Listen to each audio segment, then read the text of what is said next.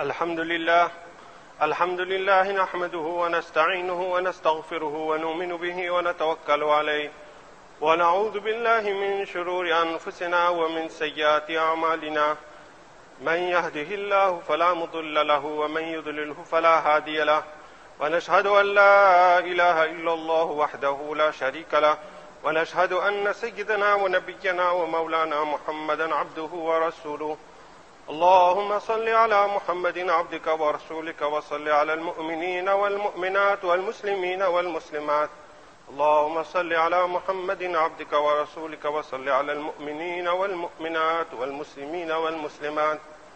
Chers frères, Allah Ta'ala, il nous a accordé le namaz et au sujet duquel Rasulullah sallallahu alayhi wa sallam a dit As-salatu imaduddin. La salat, c'est le pilier de l'islam, le pilier de notre religion. Et dans le hadith, Rasulullah sallallahu alayhi wa sallam, il a dit Al-ahdu alladhi baynana wa baynahum tarku as-salah, que la différence qu'il y a entre nous, la seule chose qui sépare nous, les croyants, des infidèles, c'est quoi? Tarku as-salah. C'est l'abandon de la salat. Que eux, ils ne croient pas en Allah Ta'ala, donc ils n'adorent pas Allah Ta'ala, tandis que nous, on croit en Allah Ta'ala et on est pardonné dans notre namaz. فَمَنْ تَرَكَهَا فَقَدْ كَفَرَ, que Rasulullah sallallahu alayhi wa sallam a dit, celui qui a abandonné la pratique de namaz, alors faqad kafar, c'est comme si il s'est rangé avec les kafirs. C'est comme si il s'est mis du côté des kafirs.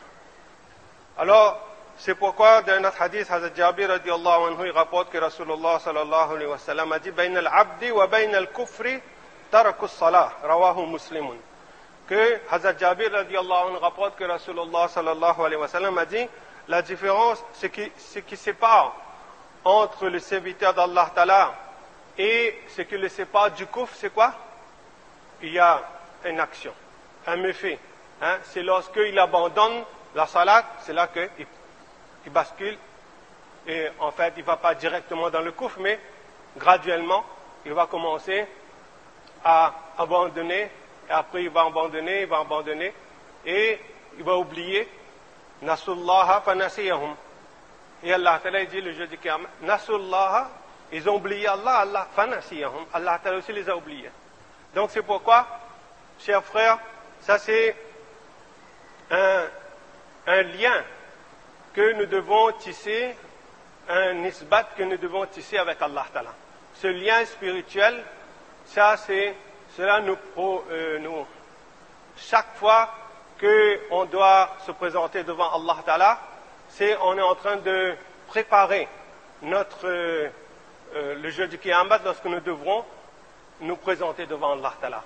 Et c'est pourquoi que depuis maintenant, dans ce monde, depuis qu'on est petit, jusqu'à qu'on on va quitter ce monde, on est âgé, toute notre vie, Allah Ta'ala nous a demandé de préparer ce lien. Qu'est-ce que cela signifie le hadith? Que mutu qabla an tamutu, ça veut dire que préparez déjà votre rencontre avec Allah Ta'ala avant même que la mort n'arrive. Donc c'est pourquoi on voit que cette salat, ça c'est pas quelque chose qui est aussi banal qu'on le croit, on l'accomplit comme une formalité, après on s'en va. Non, il faut que dans le namaz il y a une vie. Dans la salat, il faut qu'il y ait une concentration, il y a une dévotion, il y a une humilité qui s'exprime de notre part.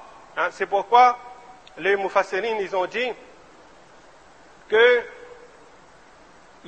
dans les peuples précédents, certains ummat, Allah Ta'ala, il a donné comme namaz le qiyam seulement, c'est-à-dire se mettre debout avec le respect, et c'est là qu'ils exprimaient l'adoration d'Allah Ta'ala. Dans certaines ummat, Allah Ta'ala, il a donné comme namaz le ruku. Que le namaz, c'était quoi? De se courber devant Allah Ta'ala. Dans d'autres ummat, Allah Ta'ala, il a donné comme namaz de se mettre à genoux, comme nous dans le qaïda. hein, sur le genou. Dans d'autres religions, Allah Ta'ala lui a donné comme namaz le sijda. Mais pour cette ummat, Allah Ta'ala, il a donné le namaz qui est complet. Complet. Que toutes les formes de namaz que Allah Ta'ala jusqu'à maintenant, avec tous les prophètes précédents, Allah Ta'ala il avait donné, Allah Ta'ala il a regroupé, il a fait le namaz complet, jami'a, de toutes les formes d'adoration qui puissent exister sur la terre. C'est pourquoi que dans le Coran Sharif, Allah Ta'ala lui-même dit Alam tara anna Allah yusabbihu lahu ma fi samawati wa ma fil ard. Est-ce que tu ne vois pas que chaque chose qui existe dans les cieux et sur la terre, alors ils font le tasbih d'Allah Ta'ala. Ils chantent la pureté et la louange d'Allah Ta'ala. Kullun qad alima salatahu wa tasbihahu. Et Allah Ta'ala dit chaque chose, chaque créature, il connaît comment il faut faire le tasbih d'Allah Ta'ala, comment il faut chanter la louange d'Allah Ta'ala, comment il faut faire kullun qad alima salatahu wa tasbiha. Chacun connaît son namaz, comment il faut faire son namaz. Alors, Hazrat Maulana Qaid Tayyib Sahib rahmatullah alayhi dans un bayan, il explique, il dit, regardez, dans la création d'Allah Ta'ala, il y a des créatures qu'Allah Ta'ala, leur ibadat, Allah Ta'ala, il a fait de rester debout, comme les arbres. Alors, eux, ils sont constamment dans le qiyam, depuis toute leur vie. Donc, ça, c'est dans la position du qiyam, les arbres, eux, ils font le tasbih d'Allah Ta'ala. De la même façon, on voit dans les hadiths que, une fois, Rasulullah sallallahu alayhi wa sallam est passé devant une tombe, et il y avait le châtiment de la tombe. Et le prophète sallallahu alayhi wa sallam, il a pris une branche d'un arbre, il a cassé, il a mis sur cette tombe, il a dit, tant que cette branche d'arbre, il va faire le tasbih d'Allah Ta'ala, le châtiment de la tombe sera apaisé pour les gens, pour cette personne qui est dessous la terre. Donc on voit que le tasbih, l'arbre, tant qu'il y a la sève dedans qui est vert, il fait le tasbih d'Allah Ta'ala. Mais son position, c'est quoi? La position debout. De la même façon, si on prend le ruku, alors on voit que ce sont tous les animaux qui sont à quatre pattes, comme par exemple le cheval, les moutons, etc. Eux, ils sont constamment dans le ruku. Et dans le ruku, ils invoquent Allah Ta'ala, ils font le tasbih d'Allah Ta'ala. C'est pourquoi que Rasulullah sallallahu alayhi wa sallam nous a interdit de maltraiter les animaux. Parce que les animaux, eux aussi, ce sont des créatures d'Allah Ta'ala, eux aussi font le tasbih d'Allah Ta'ala. Même que ce soit, même un chat, même un chien, on n'a pas le droit de faire souffrir. On voit qu'il y a une femme il avait attaché son chat, il n'a pas nourri, jusqu'à ce que cet animal, il est mort. Et il a gardé attaché ce chat. Et Rasulullah sallallahu alayhi wa sallam dit que Allah Ta'ala m'a fait voir que cette femme dans l'enfer, il est en train de subir le châtiment à cause de cet animal qu'il a fait souffrir. Et inversement, on voit que dans le peuple de Banu Israël, il y avait un homme ou une femme, dans les deux riwayat, il y a que toute sa vie, il était dans le grand péché, Kabira.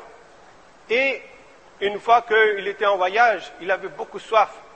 Il n'y avait pas d'eau. Il a trouvé un puits, il est descendu dans ce puits.